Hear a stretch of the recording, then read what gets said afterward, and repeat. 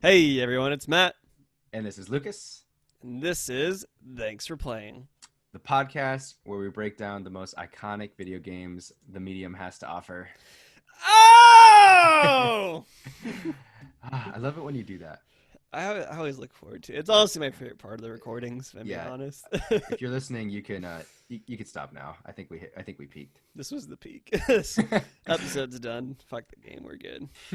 What's going on, dude? I'm tired, man.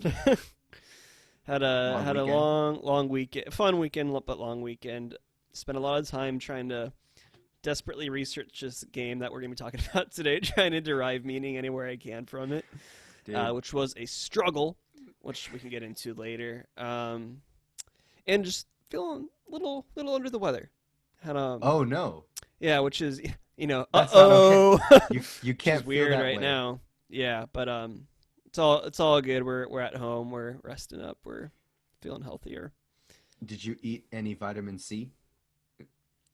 How about some vitamin D? Oh, okay. Yeah, that's good. You got outside. Yeah, yeah, sounds good. I was just tired like the past couple of days, but we're Hey feeling good man, now. How are it's you, been a man? long week. It's been a long week. Yeah, Yeah. same over here, man. I'm tired too. I had a great weekend. Watched the Lakers just win 2 games. They won on Friday. They Dude, won on Sunday. I watched that earlier today. Yeah, yeah, it Dude, was good. Anthony Davis with a game winner. It was That was sick. crazy. That Oh was my my god. first time really looking at him, and his eyebrows are crazy. His eyebrows. He's got one They're eyebrow. insane. It's Yeah, one. It's not two. It's one eyebrow. He's awesome, dude. yeah. It Yeah, was it's funny when this comes out, the Lakers will have probably already won. hopefully. So yeah, this is old news for people. So Yeah. this is a blast from the I past. did want to ask though, have you put podcaster into your Tinder bio yet? Not the Tinder, but the Bumble for sure. How's that going for you? It's working out. It's working It, out. right? I It had another works out, match dude. today. They're like, Yeah, tell yeah, me about your man. Honestly, podcast. I'm like, ho, I milady. I tip my store. I will tell you about my podcast. don't say my lady, please, ever. Fuck. Dude, besides the good news of you getting more matches, there has been some news coming out lately that I did want to There ask your has. opinion on. Yes, sir. The pricing for the new generation of video game consoles has dropped. Hot takes, hot Now, takes, hot okay, takes. okay. So, video game consoles, a new generation of video game consoles was always a sick thing growing up, right? It was always like super fun, super big. Um, you know, Seeing it go from PlayStation 2 to PlayStation 3, that was sick. It was always a fun leap. And how do you feel about this generation? How do you feel about this console generation leap? I honestly don't care that much. Dude, okay, me neither. I've cared much. I've cared less each generation, and I think a lot of that contributes just to us getting older and the way we game is different. Like, pretty much every big game, barring some exclusives like Spider-Man, but pretty much every big game that I want to play will also get a PC release at some point. And even if there's like an older game that I want to go back and play, say like if I want to play Kingdom Hearts, like those are both got re-released and ported to the Xbox and then like PlayStation 4. And if I'm really feeling desperate, feeling a little piratey, I could emulate them, on my Yeah, computer. yeah, And I'm not that interested in either one because it's yeah, like I know if I buy one, it'll just turn into like my next VCR. Like right now, my Xbox, I have an Xbox S, One S, and it's basically just I use it for like Netflix yeah, and like VR or Verve for it to watch anime. So I'm not that invested in either or. I am interested in watching them compete from the business aspect because I think that's really fun. yeah, If I do end up getting one of them, I'll probably get a PlayStation just because I'm more interested in like exclusives that are on that one. Like for example, the new Spider-Man that's going to come out in that game. And honestly, that's about it right now. But I know that PlayStation in general has more IPs and more exclusives that I'm interested me too. in playing. Me too. But yeah, it's just It's kind of funny. Okay, so I can't tell at this point if it's because I've gotten older or if it's because the way we game has truly just well, I think changed, a lot of right? us too, especially like you and me and our friend groups in general, everyone plays on like PC PC. now, right? Yeah. Like growing up in middle school, like when I finally made the switch to Xbox 360, I was so juiced because all my friends were playing like Call of Duty Modern Warfare 2, Yeah, that was me too. And that was like the big jump to make. That's where everyone played online because like I had a PS2 before that, and it had like basically no online capabilities. So that was the big next step to get excited about and to go and Yeah. play. Whereas now it's just like I have my PC that's probably good for at least another 3 years to play the high end or more high end games. And even then, like, I just need to update it a little bit. I don't need to go out and buy a console.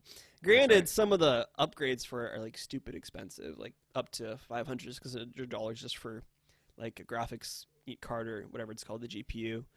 Um, but yeah, it's just like I don't need you anymore, Sony. I don't.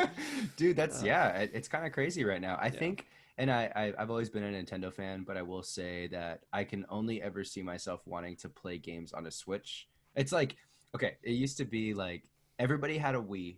This was like, a couple generations ago, but yeah, everybody would have a Wii, and you either had an Xbox or a PlayStation, but you always had a Wii, right? And yeah. I think that like at this point, it's like It was like the everybody, family essential. yeah, everybody has a Switch, and you either get the Xbox or the PlayStation for the like living room, and then you have your PC to game on your desk. That's how my gaming ecosystem I gotta has evolved. interject for a sec. Go ahead. I just remembered, like the very first night my family got a Wii when I was growing up. My mom's like she plays tennis a lot competitively with her friends, Oh yeah. and she's super into it, right? And her and my dad were playing Wii tennis, the sports, and Oh it's God. exactly like one of the things that like they explicitly like warn about happening is she went for like when you're playing Wii Sports tennis, like you don't need to do a full swing, right? You can just like flick your wrist and it'll I do would sit the down. motion. I would Yeah, sit down. my mom's like in the zone, moving back and forth, right? And my dad's playing with her, standing next to her. My mom does a full-on backhand and just like slaps my dad's face all like. Dude. It's like exactly one of the things they like would warn you about in the game manual, like make sure no one's standing near you. Yeah, she just hit him.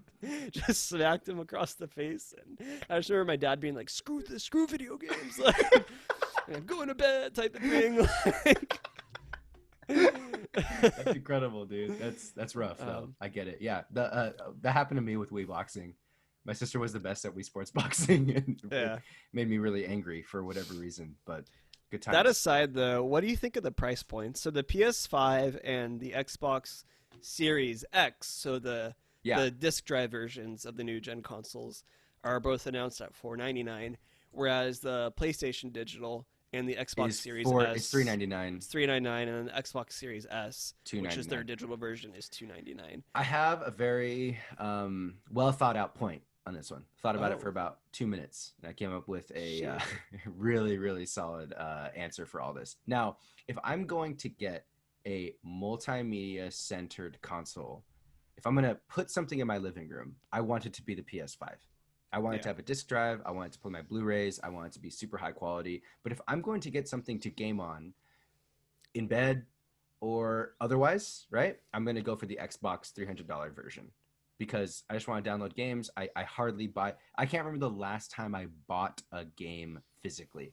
I just can't. I literally can't remember the last one I did that for. Maybe it was like, dude, like it was seriously Skyward Sword. Like I don't remember the that was years ago. yeah. It's kind It's of weird insane. because like I like owning physical media just to have it. I have no reason for wanting to get the physical copies versus digital copies other than just to say I have it. It's the same reason I like reading books like in book form and not get like a Kindle. Like I have cabinets here filled with books. I don't have anywhere to put them. It makes so much more sense for me to get a Kindle. I'm just not willing to make that switch. You know what I mean? And it's Yeah, kind of the same thing for me with games. Like obviously on the PC, everything's digital now. There's no way around that. I mean, my gaming PC doesn't even have a disk drive disc drive. to Yeah, it. But I don't know why I'm still just resistant yeah. in that. And sometimes too, like it's just cheaper to get it disc still. Like I remember I bought Red Dead Redemption 2 used from a GameStop for like $14.99, and it was like $30 or something on Amazon or like digital anywhere as well. So That's actually something I didn't really consider. So maybe the physical disc drive thing is something to consider in terms of like the used game market, which yeah, who knows how long the used game market is going to last because GameStop just announced it's closing like 300 stores. yeah. During this I, COVID era, it's a I was rough listening to an time, episode man. of Game Scoop though, and I guess someone said they like drove past the GameStop, and like they just saw the lines out the door of people trying to put in pre-orders for the Xbox and the PS or the new Xbox and Man, PlayStation 5, and I'm just imagining like people in the GameStop being like, "Oh my god, people, it's happening! we're People are here! saved. Jerry, get the door, Jerry!" Just something like that. Get Let them get the in. Windex, clean the damn store. Get the Oh Cheetos, man. get the Cheetos off. You know, just like freaking out. Like, So on the GameStop subject. You ready? You ready for this segue? Yeah, yeah.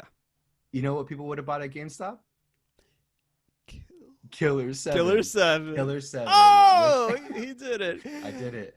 We Honestly, finally I'd made be it. shocked if you could still find that game at a GameStop. It's I don't probably know, on maybe- Amazon for like, I'm so many good to look up. It's probably on Amazon for like $50 or something right now. Nah, maybe. I'm gonna look it Maybe. up real quick, actually. Honestly, okay. Killer 7. What a game. Killer 7, the Fever Dream Simulator, as I like to call it. Lucas may have some disagreements about that. But I do disagree with that. God. I think it's more like a Quentin Tarantino, David Lynch video game simulator, if you ask me. Yeah. Killer 7 was awesome. Killer 7 was super badass. Matt? Killer 7 was fine. Okay. So there's going to be a fundamental disagreement on this episode of the pod, and that's fine. You know, we're going to have these kinds of episodes where Matt just disagrees with the game that I made him play, and that's fine. Before we let it get away, it's on Amazon for $37 for the GameCube and for $70 for the PlayStation. The worst port. That's the is worst just port. higher. Yeah, that's I funny. heard that was a really bad version of the game, but Yeah. actually, even the bad version of the game would be pretty great because this game is that good. Matt, what do you think of that Nah. thing I just said?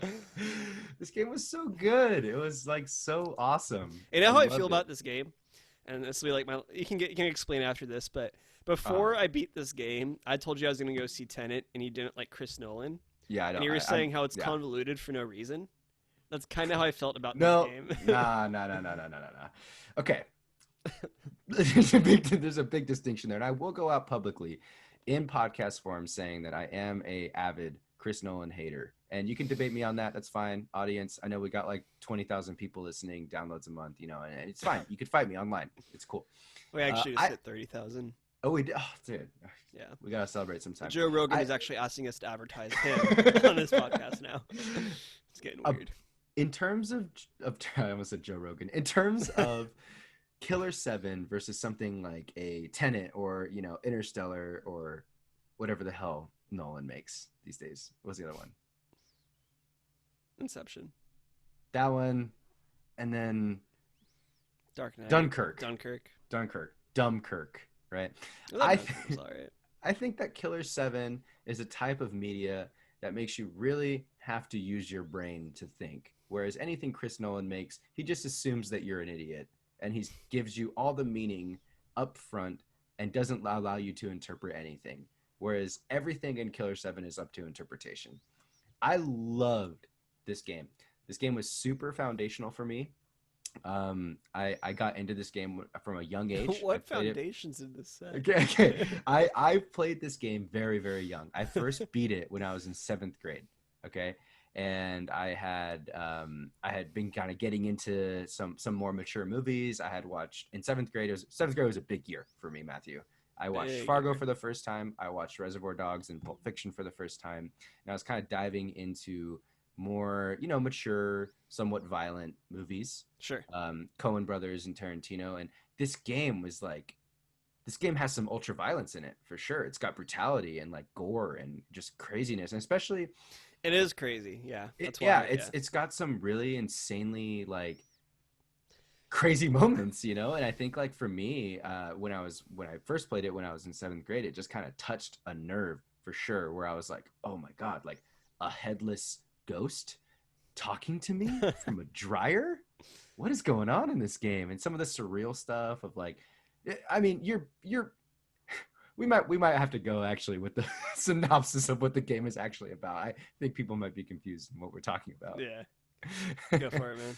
Yeah. So before I go any further in what I think about this game, I will give a quick synopsis on the game. First, I want to bring up the game manual. For those of you not watching on YouTube, I am holding up an original Killer 7 GameCube instruction manual from the original Killer 7 What a game release. hipster. Yeah, I got some physical media on What a me right now. collectible. And you know, actually, you know, I won't go into the rant now, but man, I do really miss instruction manuals. Yeah. Now you just get like a postcard. I feel like If in that. game. if Yeah. that. So I will read the synopsis of Killer 7 and the story of what's going on in this video game, okay? Because it's a cult classic. A lot of people haven't heard of this one, but it's a good one. Ready, Matthew? Bring it home, Big Daddy. 1998. This game takes place in an alternate universe starting in 1998. All international disputes have been resolved. July 3rd marked the celebration of the birth of a global community that has brought about true peace across the globe. The great powers began peacekeeping activities on a global scale under the banner of suppressing terrorism and completely shutting down all air transportation and getting rid of every network terminal, all in a short span of just 2 years. A network of intercontinental expressways opened up, spanning the oceans and connecting the continents. So this is the world that we find ourselves in. Then, an intercontinental delivery system in 2003 was constructed on a massive scale. Nuclear energy has been banned, and all radioactive material has been disposed of, and all international missiles eliminated, removing all threats and bringing peace to the world. Whoa. But wait. There's more. Billy Mays here, folks. There is an international terrorist attack at a signing ceremony at the UN World Security Treaty signing. Something called the Heaven Smile explodes at the UN treaty signing, causing a scare and an uproar of a new threat of terrorism. Terrorism in the truest sense, to instill terror in the populace. The world stood in silence at this new, invisible, explosive fear. So the great powers enlisted the help of the only people able to stop the Heaven Smiles, Killer 7. The only ones capable of knocking out the new threat, led by Harmon Smith. Killer Basically, 7. God. Yeah. Basically God. Yeah, Tommy in a Summer. way. In a way. So Killer 7, as far as the gameplay, it consists of on-rails movement down corridors and hallways, killing these invisible zombie-style slow-moving creatures known as the Heaven Smiles. Now, the Heaven Smiles are invisible to the human eye, and only you, the Killer 7, are able to see it. Through this game, you're able to play as 7 different unique characters that all have a unique type of weapon, a unique style of fighting and shooting, and unique abilities that help you get through each individual level. Occasionally in 8th as well with Harmon. You occasionally get to play as Harmon. Occasionally in 8th. Yeah. I did forget that, which is Harmon Smith. Yes. Each individual assassin in the Killer 7 is called upon to do a certain task throughout the mission, and each mission ends with one singular target being assassinated.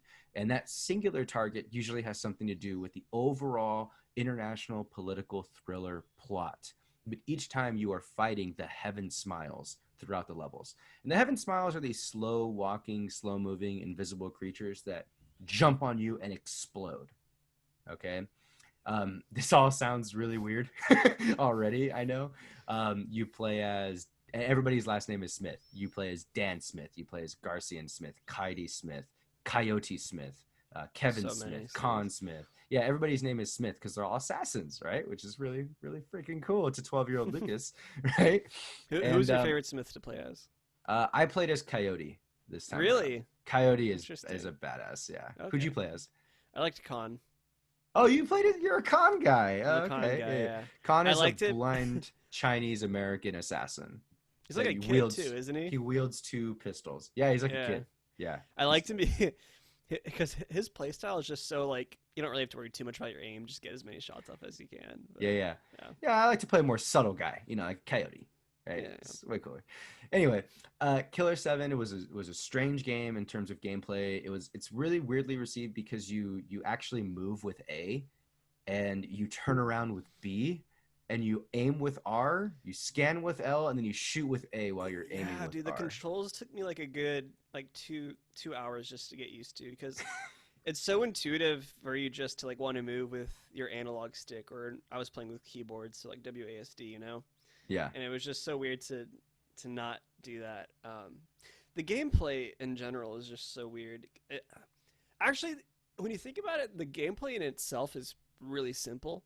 It's basically just like a real style shooter, kind of like a Yeah, time Time crisis, Crisis. Yeah, like a time crisis, kind of. With like little power ups here and there, and then you just choose which way you want to go. So the actual gameplay itself is very simple, which I think is good because it does let you focus on how freaking weird the game is. yeah, Because you don't have to exactly. worry at all about like landing crazy combos. It's just very simple gameplay. Now look at how weird my game is. Like that's what Yeah, I feel like that's what the director's trying to tell us. it's walk, aim, shoot, keep walking, talk to a ghost, get a clue, solve a puzzle, walk, aim, shoot, Yeah, repeat. very straightforward. Yeah, the gameplay loop is actually a very simple gameplay loop, and the subtlety inside the game itself is really in terms of like the dialogue and the cutscenes and some of these puzzles that you have to figure out, where different things might represent different things. I mean, this game is so strange that so many things are open to interpretation, and I know Matt's not the biggest fan. I could tell already of this video game. He texted me throughout the gameplay, and he wasn't feeling as much as me, but I was feeling it. I love it. And there was like some moments where the dialogue just really grabbed me, where things were just super strange and interesting, and I just ate it up. the the dialogue is definitely one of the stronger parts. Like the strong parts of the game, I think, are like the art design and the dialogue, obviously, and then the sound design as well. I think the sound design is phenomenal. I will say that, Yeah, but it didn't blend together well enough for me, I guess. And I think what it came down to at the end of the day is I just felt like the game itself was just so convoluted, the and it was story. just the story was so convoluted that like I just couldn't get past it because like I can enjoy convoluted things. Like one of my favorite game series is Kingdom Hearts, which my god Very is one of the convoluted. most convoluted game series out there. I will never hesitate to admit that. But yeah, I don't know, for some reason this one just like didn't I couldn't find the meaning in the game beyond all like the convolutedness of it. Like, for example, it was something like Stanley Parable or Beginner's Guide, where it's kind of a weird, funky game and arguably maybe convoluted here and there, but like it's still easy to kind of see past like that surface layer and to see, okay, here's what they're trying to say, here's what the um, director is going for. In this case, Suda. I just had trouble getting to that point and understanding what was going on with this game, and like I was always so focused on the dialogue, like looking for every little cryptic meaning. I realized like, oh shit, I missed a clue or something, and then there's just so much like backtracking. And I was just like, man, I like games that make me think, but don't not games that make me hurt or not hurt. I don't know what I said. Hurt? Actually, hurt a little bit. Yeah, It hurt. It hurt games to that play the make me game. stress out to make sure I get every little clue and every little bit of dialogue from a ghost that's speaking in like broken English, Okay, I saying think things I don't understand. you're being a little harsh right there. Harsher than harsh, if you ask me. Harsher than harsh, my master. No, I think I agree with you in a lot of ways. It is a very convoluted game. It's actually notoriously convoluted. I mean, anybody out there, you can go on YouTube right now and just look up Killer 7 analyses or Killer 7 video game, and you're gonna see a lot of videos. It's a very divisive video game where people are somewhat. I mean, people love it.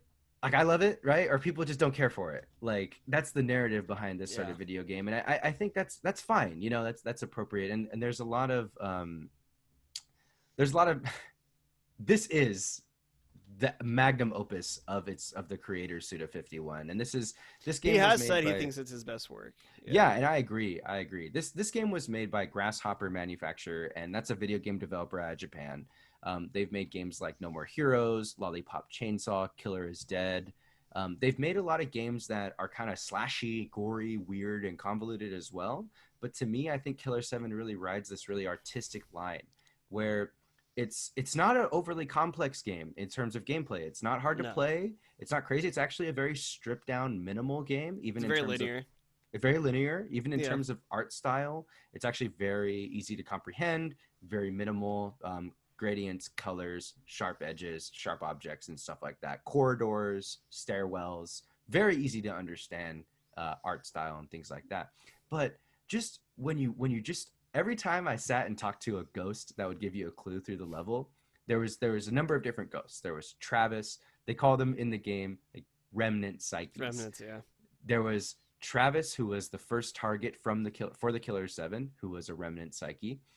Susie Sumner, who was a young psychopath killer girl who came to you in the form of a headless ghost that would talk to you and give you clues. Terrifying. There was Kess Bloody Sunday, who was a young boy who was obsessed with bombs, also a psychopath killer, who would give you clues on how to kill certain enemies.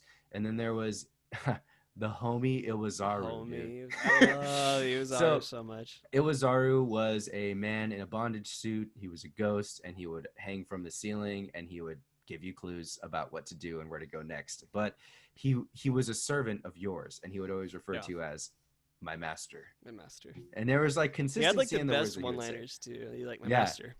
We're in a tight spot. We're in a tight spot. This is harsh. Harsher than harsh. me and Matt have started texting each other these lines, by the way. Yeah. So if anything, this video game has created a really cool catchphrase. It has like great one-liners and catchphrases. I will give it. Yeah, it's got good quips for sure.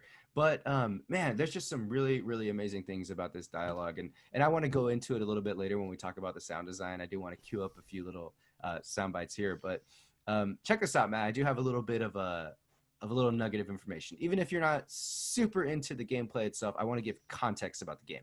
Please do. Okay, this game came out for the GameCube in 2005. Okay, and let me name some games that came out in 2005. Maybe you played them. Maybe you heard of them. Maybe not. Call of Duty 2, Resident Evil 4, God of War 1, Shadow of the Colossus, Psychonauts, Time Splitters, Future Perfect. You ever played any of those? Actually, I don't think I ever did. Any of those? Really? Nah, dude. My early gaming years was just spent like with Pokemon and like Mario on my Game Boy, and then Kingdom Hearts 2. I pretty much played all those games. That's crazy. Your library is probably a little deeper than mine, to be honest. I mean, okay, but you know of those games at the very least. Oh yeah, I mean that's instant name recognition. So you understand that, like, you know, Resident Evil 4, God of War 1, Call of Duty 2, these games were the complete opposite direction of what Killer 7 was trying to do. And I think that, like, if Killer 7 came out last year, 2018, 2019, 2020, whatever, this game would have been considered like a really unique little indie gem. It would have been a stripped down, interesting, minimal art house video game experience. But because it came out a long time ago during a different era, when things were coming out like Call of Duty, Resident Evil, Psychonauts, Shadow of the Colossus even was like a kind of a big scaled, kind of more unique game that came out at the time. Killer 7 was so on the opposite end of the spectrum for so many other games that I think that it created a huge rift, especially during a time where there was really only one price point for a video game, and that was like $50. I mean, you paid $50 for Killer 7, or you paid $50 for God of War 1. Everybody was buying God of War 1. I couldn't imagine paying $50 for this game today. No, I mean, I get it. I totally get it. I mean, that's why I mean, for me, I first played this game when I was very young. Obviously, my older brother bought it, and he thought it was badass, and I played it, and I played it on my own and everything. But I think, like, if this came out, like, and it was $10 or something, I don't know, it'd have a different output. It would have a different sort of narrative to it, which I think is something really interesting to consider. Because the dialogue is there. The sound design is there. It's as good as any modern, cool art indie game. But I actually think people don't dig it. I think this game would have been more successful if it was released today in its current form, like the Steam port. If it was released today for like $10 than it was when it was released back when it was in 2005, because it wasn't even that like financially successful, if I remember correctly. Like, it didn't have huge sale numbers or anything, but I feel like today it would scratch such a unique itch for like all the people that are like hardcore indie gamers, like haha fuck COD type of people, you know what I mean? Yeah. I think they would just really dig the game. Yeah. I want to touch base a little bit too, and you can add to this as well, but just the director, Suda51, what a weirdo. Yeah, so Suda51 is the nickname that has been bestowed upon and actually given to by himself, Goichi Suda. Goichi Suda is a video game developer from Japan. Goichi means 5-1 in Japanese, so his name is Goichi Suda. Therefore, his nickname is Suda51. He's the main director, creator, writer of Killer 7. He's made other games like No More Heroes and Lollipop Chainsaw Killer is Dead, just to name a few big ones. And he's really known as a real enigmatic figure. I mean, Grasshopper Manufacturer is the name of his developer or his Yeah. development company, right? Grasshopper Manufacturer. And if you look at the logo for Grasshopper Manufacturer, it's like a grasshopper with a man's head, kind of kind of photorealistic on top of the grasshopper, and then it just says "Punk's not dead" underneath the I logo. didn't see that. It's Yeah, just dude, he's just such a badass. weird guy. Like before he got into the gaming industry, he worked as like an undertaker at He was an a undertaker, for yeah. God's So he was like sake. a gravedigger basically. And it's God. just like there's one quote too from Garcia and Smith where I'm like, that must just be from his time as an undertaker. Yeah. Because there's one quote where it's like, I can correct me on this, but something like, "I feel nothing when I see a dead body. To Yeah, me, he it's just says cold, rotting flesh or he's something, he or I can says, feel nothing." "Listen, I'm a cleaner. I feel no remorse from a dead body. To me, it's just cold, rotting flesh." Oh, Yeah, and so like good. to me, that just like screams like Undertaker. Undertaker, Gravedigger. Um, and yeah, it's so interesting too because he had his roots. I forgot what the name of the original gaming company was, but like one of the first games he worked on was he joined as like a narrative or scenario writer for some wrestling Wrestling game. game? Yeah. Um, and basically like surface value is just like a basic, wrestling beat 'em up fighting game. And then once your main character at the end of the game, he like achieves his dreams, is like the number one fighter. And then he's like, well, I got nothing left to do. And then he kills himself. Yeah.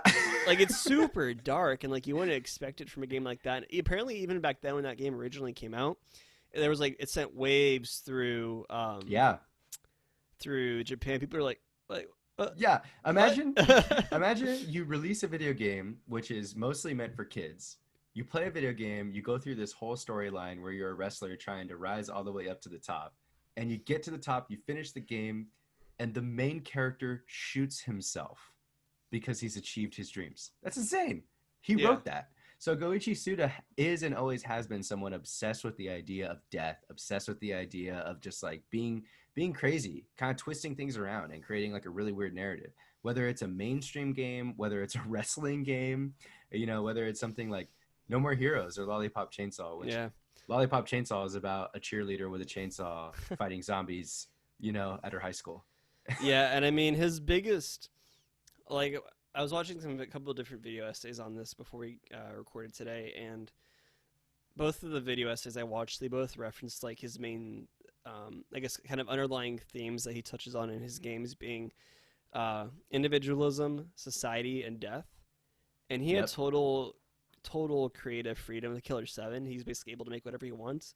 You can totally see all of those bleed through into the game. It's so just like clearly there, and yeah, I mean, if no, yeah, me me not caring personally aside for this game that much aside, like I think this guy's amazing. Yeah, He's definitely like the David Lynch or the Quentin Tarantino of video games, and absolutely. his stuff's insane. Like it's Yeah. just the fact that Killer Seven is his own brainchild, and the fact that someone was able to come up with it blows my mind. Yeah. Like it's incredible. It's It's amazing it's that this very game amazing, exists. impressive. It's Yeah, amazing that this game even exists and that it even got published and made and it had dialogue that was like this. I actually am gonna read off a little bit of dialogue just so people get a sense of the way Suda 51 writes his dialogue. It's filled with a number of different kind of not I don't want to call them non sequiturs, but like just strange kind of weird quips that gets thrown in there. So this is something from one of the levels of Killer 7 when you find one of the headless ghosts. Her name is Susie Sumner. She's one of my favorite people that talks to you, and she says something very very strange. She says, "Well, hello, Smith. I finally get some fresh air. It's not that I don't like tight places, but there's a limit to everything. This place is a bit too tight. The box, it's no way to treat someone. It's like the murder of a mutilation, slashed into pieces. Pieces? It completely slipped my mind. Maybe I've fallen into pieces." It's like, what is she right. talking about? Yeah, And then she just goes on to just start talking about like how this is how killers are born and how she killed somebody and how like she slashed them into pieces and now I'm in pieces. And it's like it's literally something straight out of like some sort of Lynchian surreal murder story, you know, where It's like incredibly weird. yeah, characters don't really say things that are it almost feels like the dialogue is jumbled or out of order, or the Yeah. characters themselves are confused about who they are, what they do. And I eat that up. And I said that earlier. I think like it just resonates with me so much. And on top of some of this dialogue portrayed in some cutscenes with some really cool voice acting, I mean, I played this game to get to those kinds of scenes. Sure. Yeah. Now, what? Nothing. I'm glad you like the game so much. Dude, yeah, because you clearly didn't like the game that much. It's fine. Okay. You can okay. We'll when we get to the point where you tell your game rating, then we'll see how you really feel. Matt, let's talk about art style. Oh, yeah. How do you feel about the art style? I actually really like the art style. That's one of the high points for me for sure. Hmm. I don't know if you watched it, but it kind of reminded me of Kill la Kill. I Did did you see watch Kill that la Kill. anime? Yeah, I did. I don't know why, but it reminded me of that art style in the anime, and just in the way everything's very outlandish and kind of very, I guess, exaggerated. Yeah, I don't really have like I'm not much enough of an auteur to like point to any specific like styles or like things that remind me of it. But I felt like I was watching a cool anime, and it particularly reminded me of Kill la Kill. But yeah, it was very funky, and it was definitely one of the high points of the game, especially around the time when it came out in 2005. I don't think there were many things that had an art style like it. Um, Especially with it being on the GameCube and the PlayStation 2. I really do think it holds up well today. It's still an art style that I can appreciate as being like its own unique thing. Like it could be like I mentioned earlier, it could be released today and totally hold up to any other thing because the art style is so unique. It doesn't feel out of place in 2020. Yeah, I have the exact same thought. The art style is stripped down, minimal, cel shaded. Yeah. And I think the art style, I don't know whether it's intentional or unintentional, but I think it really future proofed the game. The minimalism created this really cool like look that you can appreciate up to 15 years later, you know, where it Yeah, has these like exactly. gradients and sharp corners. And like, for instance, there's certain choices that are made that are just really cool. Like, so when a character dies in Killer 7, they die in a particular spot on a level, and where they die there's like just a bag, like a paper bag of, I don't know, their Body flesh, parts. body parts or something, but the bag is like really small, it looks like a lunch bag, and there's just an outline of their body in chalk, and the bag is just left there. And when you walk up to that bag with one of the characters, Garcian Smith, then a little scene plays where he puts the bag in his case, and then that's how you revive one of the Killer 7, thereby making them, you know, kind of serially immortal, Mortal. Yeah. right? And I mean, when Garcian Smith walks up to that bag, like a little scene plays, and in that scene, no matter where you are, all of a sudden there's like curtains. Looks like that room from Twin Peaks. It does. Yeah, it It reminded me really a lot of does. that. Yeah. It looks like the room with the curtains, you know, but the curtains are purple, very minimal. And Garcian kind of walks up. There's no music, and he just kind of, it's all sound design. It's just like bag into the like paper bag into his bag, close, shut, done, right? Yep. And to like that art style, that choice to make it so it's like it's not some fancy schmancy thing. It's just no matter where you are in a level, all of a sudden you're teleported to this room to revive somebody. Yeah. Curtains and a paper bag. So I think the choices to make things really minimal and just focus purely on the idea behind it, super cool. That's what I really appreciate about the art style for sure. Yeah. Dude, I'm glad you picked up on that Twin Peaks thing as well, because that really Yeah. reminded me of it too. Yeah. Yeah. The game in general, just like the tone, or the tone of it, I guess, really reminded me of Twin Peaks quite a bit. So For sure. I mean, it's like, if you ever seen any other David Lynch things, I mean, it's totally like Mulholland Drive-ish, Eraserhead-ish. I think it's totally on that borderline, but it's also so like violent and gory Yeah. and bloody. There's definitely some like Tarantino, Oh yeah, for like sure. like Takashi Miike influences for sure. And I just, God, just can't say enough awesome stuff about the game. And just the way the choices of some of the characters, like the way they present them, are so weird too. Like when Almeida is like turned into a Heaven Smile, Almeida being one of the bosses in one of the levels, Yeah. like his like blood like pops out of him and like turns like to these string things, and like takes his hair off of it. And Yeah. it's just His afro flies off. his afro flies off, and like his brain pops out of his head, and like you have to shoot his brain to win. It just makes no sense what's going on, but it works somehow. Yeah. Another thing too, I really liked one of the reasons I did want to keep playing the game, and I did want to get through the game, besides having recorded for this podcast, was I loved the anime scenes that they had. Like They were good. Yeah. by far, I think my favorite level in the game was the one with Almeida, because I loved the scenes. I loved the ending scene where Clarence is driving away, yeah. and then he's just like, Almeida.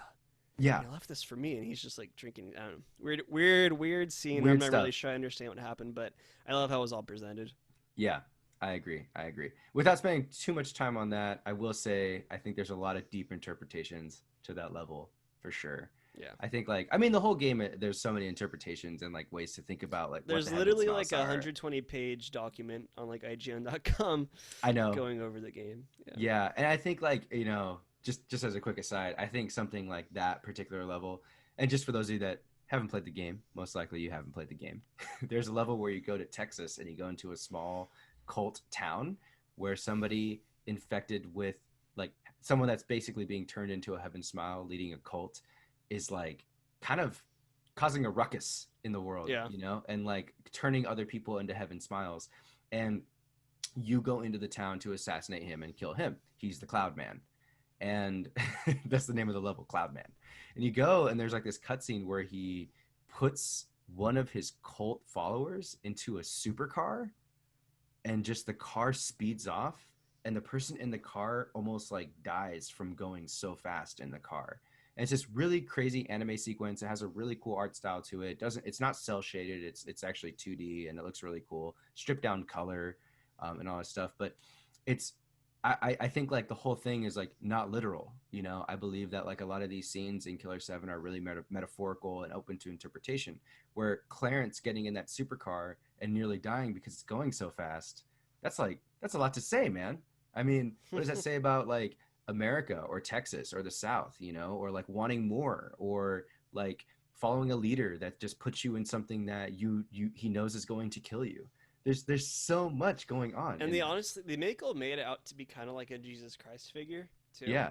Because it's basically, I don't know if it's outright said, but it's pretty much implied that like all of his followers drink his blood. Because it's also implied too that his blood is basically filled with like incredible antibodies. Yeah. Because he injects himself with like all these diseases, right? So his blood itself could almost be argued to have like healing properties, right? And at the end, when Almeida dies and Clarence comes back somehow fine from the supercar, he's drenched in his blood. He's drenched in Almeida's blood because Almeida just died and his blood's showering everywhere. He like takes one lick of his arm and be like, "Oh, that's Master." Yeah, he's like, Almeida. "This tastes like his blood." I'm gonna spray on his will. And I'm just like, I don't know what I'm watching, but I'm kind of right now. You don't need to know, man. You just need to interpret. You need to find out what you think it's about. Yeah, for sure. Okay, what do we think about the sound design? Dude, the sound design was phenomenal, man. Yeah. I honestly, the art and the sound were the high points of the game for me, for sure.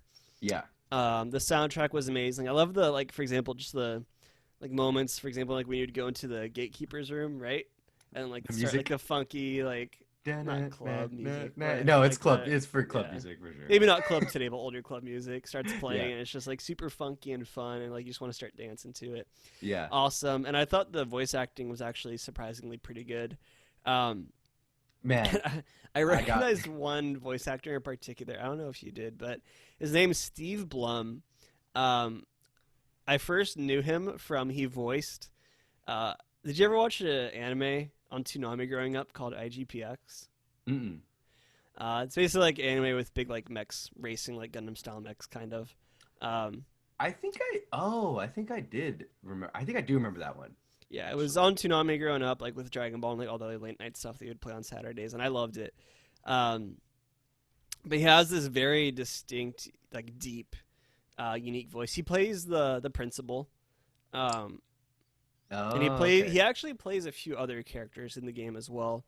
I don't remember their names off the top of my head. I think one of the Japanese generals, he plays them as well. But he has this very distinct voice, and it was very cool for me to hear him like there and being able to recognize that all the way back then, and like knowing that like, oh wow, this guy was doing a lot back then. Okay, Because dang, his man. big thing he does is like he does a lot of anime dub overs. Um, so I don't hear him as much these days because I'm usually watching in sub, but he's definitely one of the better anime dub voice actors for sure. And it was fun to get to hear some of his way earlier work, I guess. Oh man, I will have to take a look at that. Yeah. Hmm. So as far as sound design for me, yeah, it was really, really good. In fact, I actually have a soundbite I am going to play for us here because I want everybody to know what we're dealing with in terms of like the sound design, voice, music, and things like that. So I did queue up something. This is the cutscene that takes place at the end of the very first mission of Killer 7, which is called Angel, where you assassinate an angel. Okay. And then you eventually approach kind of the puppet master behind the whole game, the main bad guy, Kun Lan. Okay, this is a Kunlun. dialogue between Kun Lan, who's the main bad guy, and Harmon Smith, the leader of the Smith assassination syndicate. Okay, so I'm gonna play it for you right now.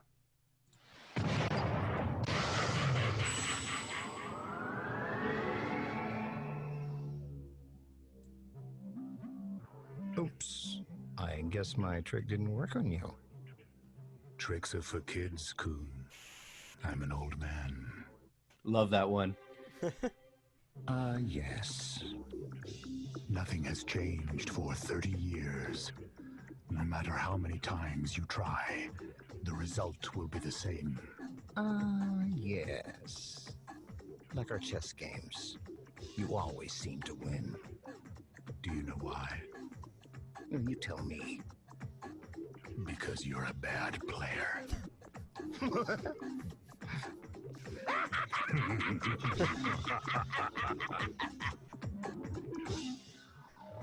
A new gen- So good. just, just like the It's little really, like yeah. little quips, you know. It's like, do you know why you always lose our chess games? Because you're a bad player. It's like, oh, I never even thought about Yeah. that. It's like, it's It's like, oh, amazing. oh, you're right.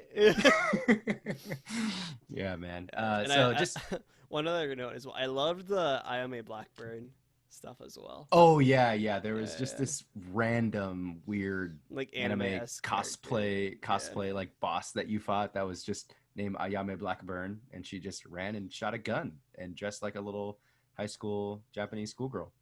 It's very weird, but it was fun. It was fun. That was a good fight. Anyway, man. NPC award. We're already there. Alrighty What's there. Speeding through, What's your baby. what's your Faster than favorite? Clarence. What's your favorite NPC? It's actually, it has to be Iwazaru. Okay. Just, I think it's the obvious pick, and I'm okay with that. He's just, I always looked forward to talking to him whenever I see him popped up, because I feel like he's always like my little cheerleader in Yeah. the corner, you know? Be like, my master, my master, my master, Yeah. we're in a tight spot. We're just like, oh, this is, I remember there's one part too where he's just like, this is just gross. Like, this is just like grosser than gross, just Yeah. absolutely disgusting. And it's just like Yeah. his dialogue was always just so like, I don't really even know what you're talking about, but I'm into it. There, And- there was a dialogue he had when you go to the amusement park level, and he's like, "Master, this is amazing. I love roller Roller coasters." coaster, yeah. And you're like, "Yeah, you do." To give just to like kind of picture this, he's like this guy in like this red bondage suit, basically, like hanging from what looks like kind of a noose, to be honest. And it's Yeah. just like this dialogue coming from this like kind of like what looks like something out of American Horror Story type of figure. Yeah. It's just such a contradiction, and it just worked really well for me. And I was just fuck yeah, he was. He's a good NPC. I like him. My NPC award, personally, has to go to Susie Sumner, the little I thought it would headless be. head. Yeah. Yeah, every single thing she says is pure gold in terms of dialogue, because she's just like, her story is that she's just a psychopath young girl killer that got committed to an insane asylum and was also an assassin, and then eventually was killed by the Killer Seven, and that's why she is a remnant psyche that lives inside your head as the Killer Seven. Yep. Right. And it's just this. She's just so like strange, like in this dialogue right here, and I'll read it right now. She says, "Lovers in pieces, families in pieces, bodies in pieces," talking about mutilation. She says, "My whole life is just about pieces." Then I figured, why stop now? People I don't care for, also in pieces. Jesus Before I Christ. knew it, I was all alone. Then I blew up the facility. to pieces. And now there's nobody left. That's when I met him. Daddy Longlegs. Here, I'll give you this now. And she gives you like a little ring. And then she says, he was so very kind. He enveloped me in his warmth, extending his hand for a gentle caress. Then extending his hand to the gentle grand prize down south. Now that really drove me mad. Next moment, I'm looking at a pile of minced man. And he knows he deserved it. These baby boomers don't know right from wrong. I love that line. It's like, Baby boomers don't know right. yeah, I know. It's like, Maybe more relevant than ever. yeah, dude, these baby boomers don't know right from wrong. Susie, Yeah. that's why you win the NPC award. You're incredible. Matt, Yeah, man. Yeah, companion piece. yeah. For me, it is a phenomenal movie called Hobo with a Shotgun. Yeah. Honestly, no hidden meanings here. The movie is exactly kind of what it sounds like. Basically, a hobo that just really wants to buy a lawnmower, but there's a lot of bad people in his town that won't let him. So he becomes a vigilante and resolves to clean up his town from all the bad people with a shotgun. Basic plot of the movie right there. And the reason I picked it is that movie feels like a fever dream. It's very practical effects with everything they do, and there's a lot of like high contrast, like red colors, just to add like emphasis onto like violent moments and stuff. And it's very like just a roller coaster movie, like Joyride, like very fast paced, very like go next thing, very like kind of quirky, dialogue heavy, kind of like how Killer 7 is. Yeah. And it's just such a fun random watch. And I have such fond memories of it. I remember I'd watch it with this was like on Xbox 360 way back in the day in like high school or middle school, where you could still like watch Netflix in parties. Actually, I think they recently added that feature back. Oh, But nice. you could like watch, like you could group up together, like if you're going into a game lobby, but at Netflix, and you could all watch it in like a theater setting on your screen. And like I remember my friends and I were watching this when I were like 13 or 12. And we'd be like, "This is the sickest shit ever." Yeah. And it's just a fun movie, and it feels like a fever dream, which is really how I feel about Killer 7. So that is my companion piece pick. I like it. My companion piece pick is actually going to be, and it's been mentioned here in this episode already, Twin Peaks. Twin Peaks, baby. I love it. Twin Peaks is badass. I know Matt's seen it. I actually put him on Twin Peaks. I did my first full watch through of Twin Peaks actually about a year ago now. I think I started October of 2019. Finished it, about a month in. And it's just got that kind of like, that cryptic dialogue vibe going on. Like in the first, and spoilers for anybody that hasn't seen Twin Peaks, like in the beginning of the second season, where it's like, the owls are not what they seem. With chemicals, he points.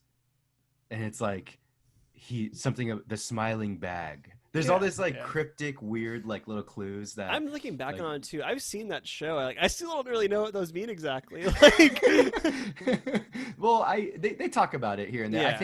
I think more of it was supposed to be expanded on throughout like season 3 before the show got actually taken off. But it's just kind of got those like really interesting, cool quips that are like really cryptic and short. And memorable, these baby boomers don't know right from wrong. Like Susie Sumner says it, or like, my master, we're in a tight spot. My master, this is harsh. Like there's these. Cool whenever I heard that, it reminded me of when what's the main detective's name again? Oh, in Twin Peaks. Yeah. Cooper. Oh, Agent Cooper. Agent Cooper. It reminded me when he like, that's some damn good coffee. Oh, God. We might need to do a Twin Peaks podcast for the network. Yeah. Oh, what a good show. Yeah, so that's my companion piece pick, purely based off of like, the aesthetic is similar in a lot of ways, like the lodge, versus like some of the things that are seen inside of Killer 7. Some of the minimalism on the sets of Killer 7 along with the sets of Twin Peaks really resonated, and I think there's a lot of crossover. Yeah. But of course, Killer 7 is infinitely more violent than anything in Twin Peaks. I mean, Twin Peaks is kind of brutal in some parts, but it is also a network TV show, whereas Killer 7 not as many freedoms in that regard. Yeah, Killer 7 is just bloody, gory, goriness, you know. Even I mean, for 2005, you get as gory as you can get. It was as gory and bloody as you can be for that time with those graphics. 100%. But yeah, man, that's what I got. And I'm really glad you picked Twin Peaks too, because I remember even before you text me, like, I think that might be my companion piece pick. I was thinking like it might be mine too. Yeah. So I'm glad we were on the same page too. What I really love about that too is like one of the video essays I watched mentioned how it's very David Lynchian, and I already thought about Twin Peaks relating to it even before I watched that video essay. So that was kind of fun. That like, oh, that's a pretty common, I guess, interpretation similar artists people look at when they're looking into kind of maybe inspirations or comparisons to this game. So I thought that was pretty fun. Yeah. Cool, man. Lucas, give me your juicy, dank favorite moment. So I have a few favorite moments. I think my favorite moment is what we just played in that soundbite, which is that dialogue between Harmon Smith and Kunlan, where they're talking about like, oh, why you're a bad player, or why you always lose our chess games because you're a bad player. Like that whole scene is really cool. I've seen that scene. I watch that scene on YouTube like twice a year for sure. But my other favorite moment of the game is actually when the big twist comes out, and there's a big twist in the game where you learn that the Killer 7 themselves are kind of remnant psyche ghosts, because they were all killed at a hotel in Philadelphia several years before the game actually kicked off. So you learn that all the players that you've been playing as themselves are ghosts, essentially, or personalities, remnant psyches that have been absorbed into one person, which would be Harmon Smith. So there's a really interesting twist that happens near the end of the game, but there's scenes where you see each individual Smith die in that hotel. And it is pretty mind-blowing when you're going through that whole sequence of events. It's really crazy. You go up each floor, and on each floor, a Smith gets killed and assassinated. And the whole time, Greensleeves is being whistled by the assassinator. So it's just a really kind of twisted, scary thing. And it turns out the assassin was a 13-year-old kid that killed all 7 of the Killer 7.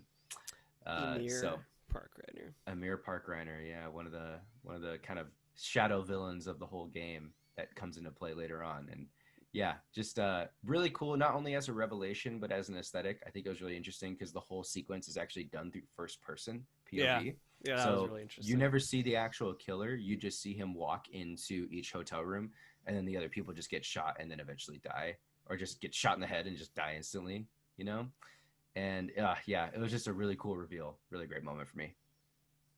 Yeah, so I have a few, actually. I had trouble nailing it down on one that like really loved. So obviously, we kind of already touched about it, but I love the whole Lumeda boss battle cutscene. Clarence I thought was super fun character just to kind of experience for a minute, and the kind of the implications that he's like this Jesus Christ figure I thought was just really interesting, and just a super fun cutscene to watch.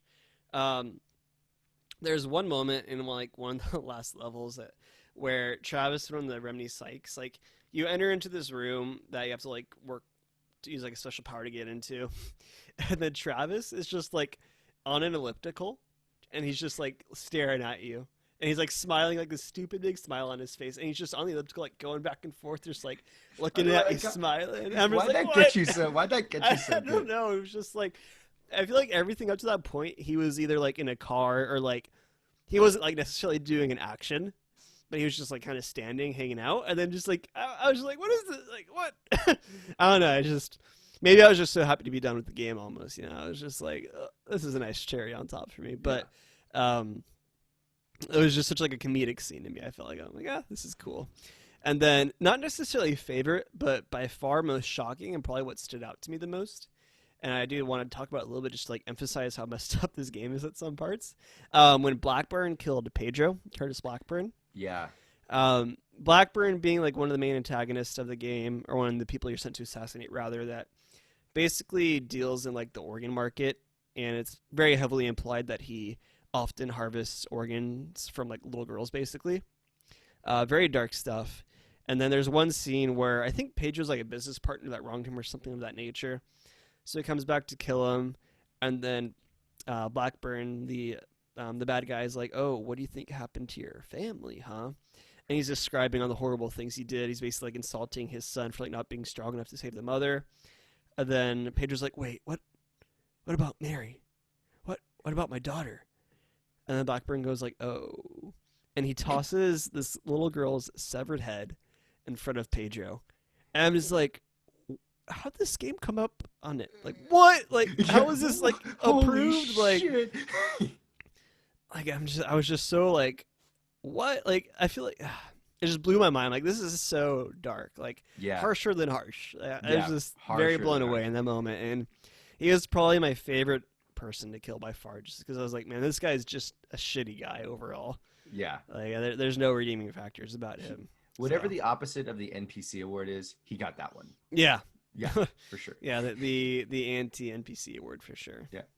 Now, Matt, would you play some other games from this developer? I have to ask. I would. I'd be willing to give No More Heroes a try. I think that'd be a fun one to play on Wii, especially since it's such like a hack and slash. I think that could be fun. Mhm. That's about the only one I'd be really interested in giving a go. I am kind of interested in Chainsaw Lollipop. I did not realize he made that as well, but I've been familiar with that game. Mhm. So I'd be willing to give them a go, especially because I think the other games that he made, at least gameplay-wise, like the style of the gameplay, it's not as similar, or it's not very similar to what Killer 7 was. And hopefully the story's a little less Convoluted. I guess. Yeah. So those are the ones I would definitely be willing to give a go. Yeah. Yeah. I've played No More Heroes. I beat it as well Did you like when it? I was really young. Yeah, No More Heroes is pretty cool. No More Heroes is actually a really interesting game. It's hack and slash. It's for the Wii. It's very self-aware. It's kind of a really stylized game. I think you would actually really enjoy No More Heroes. Yeah. For sure. If you ever got a chance to play it, we could play it for the pod maybe one day. It's for the Wii. It uses a little bit of motion controls too, and it's basically like you're a guy. you're the main character. Travis Touchdown is like heavily based on Johnny Knox, right? Johnny Knoxville, Yeah, yeah, from and like Jackass. you're basically Johnny Knoxville going through like boss levels and killing like the killers that are ranked above you because you're just like a douchebag jerk that just wants to be number one. You're Also, basically there's- gonna Taku too, aren't you? Like, just Yeah, an you're an absolute otaku loser, and yeah. you're into like wrestling and you just live in a crummy apartment in the city. And you it's cool, man. It's a really like fun personality driven game, and that main character is just super fun. But yeah, I played that one. It's great. I've always wanted to play Lollipop Chainsaw as well. But I actually heard that one's kind of compared to like Oh, something really? like No More Heroes. Yeah, but I'd still be willing to give it a try. And I heard Killer is Dead is actually a really sick game, Okay. where it's kind of like hack and slash, but it also has these deep interpretive, convoluted. Maybe I just love convoluted stuff, but Killer is Dead I guess has these really weird esoteric cutscenes that people are like, what the fuck did that just mean? Right. Like yeah. I want to figure out what that means for sure. But yeah, I think Grasshopper Manufacturer, I think Suda51, really interesting figure, very enigmatic, unique, creates very different auteur-like video game experiences. I mean, when you play a Suda51 game or a Grasshopper game, you know that it is a Suda or Grasshopper game. Very self-aware, cryptic and strange and absurd, but also very violent and bloody because this guy used to be an undertaker. He just lived with death all the Yeah, time. dude. Once I learned that fact that he was a gravedigger undertaker, I was like, man, this makes a lot more sense now. What I Yeah. just played, like the influence that I'm sure that kind of profession and job can have on someone's psyche is very prevalent in his game design. So Yeah. So Matt, final conclusive thoughts, man. it was an okay game. Okay. I okay. like the art. I like the sound design. Obviously, I've already gave both of those a lot of praise, but for me, I just had trouble getting into the game because I like games that challenge how I think. Obviously, I love Stanley Parable. You know, I loved The Beginner's Guide, but this game to me, it got to a point where there were so many small details and abstract things to get through first before I could get to that deeper meaning that it just kind of turned me off a little bit, I guess. Okay. Fair enough. And I get it, man. It's not for everybody. This is one of those games where I would not. I recognize that it's like that. I recognize that opinion like is probably going to be the majority opinion for most people that play this game. That's totally cool. But for me, if you're out there and you're into really absurd stuff, if you devour things like Lynch or Tarantino, Lynch, like Coen Brothers, or just weird, obscure, violent, cryptic types of media, you might really enjoy Killer 7 if you're also a gamer. And I think just the dialogue alone is worth staying up late and just sitting and listening to for a while. So I think we're prepared for our ratings. Ready? Okay. For ratings. All right. Okay. So everybody, just so you all know, Matt and I rate a game out of 20. We each give it a score out of 10. Okay. Then we add that up. That's the true score. Okay. Because every video game, me and Matt are the final authority on. Yeah. And I doubt anyone's given a rating to IGN, Killer 7. Metacritic, GameSpot, they mean nothing Thanks for in playing. front of Lucas and I. Yeah. Thanks for playing is the ultimate arbiter. Exactly. So Ar- out ar- of Is that arbiter, I think arbiter, yeah. yeah. Out of 10, Matt, we're gonna say our scores on 3. Count us down, One. baby. Oh, on go. Okay. 3, 3, 2, 1, go. 9. 6. Ah. Oh. I thought you were gonna give it a 5. I thought you were gonna give it a 5. I thought you were going to give it a 10. No. It's not. No. This isn't The Witness. This isn't a 10. I'm glad, though, we landed in the zone that I personally wanted to land in. This game lands at a 15, which puts us... This game is in the Edgar zone. The Edgar zone. That's Edgar right. being one of our best buddies in Brocal, which we can Yeah. elaborate on another day. no, I'll tell him. We got a crew. It's called Brocal. We got a guy named Edgar in there. He's the He's the 15. muscle. He's the muscle for He's sure. the hot muscle. Yeah, he's the hot one. So we reserved Yeah. this zone for him. Just a hot dude. Yeah, he's good. It's above the Mickey zone. It's above the Ricky zone, and we can go into them a little bit later. It's a different episode, but maybe one game will be in those zones. And that'd be a pretty bad game. But That'd it'd be a bad zone. if we were in the Mickey zone. So you got anything else? Nah, baby. That wraps it up for me. Alrighty, folks. So, if you want to maybe email the podcast, maybe chat with us, maybe you have some questions about Killer 7 or some stuff you want to elaborate on, you can shoot us an email over at thanksforplayingpod@gmail.com. You can also find the podcast on both Twitter and Instagram at TFP Podcasts. That's TFP Podcasts with an S at the end. Feel free to come hang out there and follow us. We're trying to get a little bit more active on social media, so hopefully should be some fun stuff on there. And then if you're interested in hanging out with me online and watching me retweet anime memes, I can be found on Twitter at Good Idea Matthew, and I stream occasionally on Twitch at Good Idea Matt. And Lucas, where can we find you? Well, honestly, very simple. Good Idea Lucas on Instagram and Twitter if you want to find me. At Good Idea Lucas on both those platforms. Like my posts, shoot me a DM. You could also find me on Twitch, same tag, Good Idea Lucas. Occasionally streaming some Melee, Valorant, and the video games that we're playing. So follow me, and you can catch me kind of streaming some of the games that we're going to be playing for Thanks for Playing. Side note, I'm really annoyed that Good Idea Matt was taken on Twitter and Instagram too, actually. I know. Somebody had a really good Yeah. idea. Took I that know. from you. Good Idea Matt. Yeah. Alrighty. Anything else, Lucas? That's all I got, man. All right, baby. Catch you all next time. Skip it up!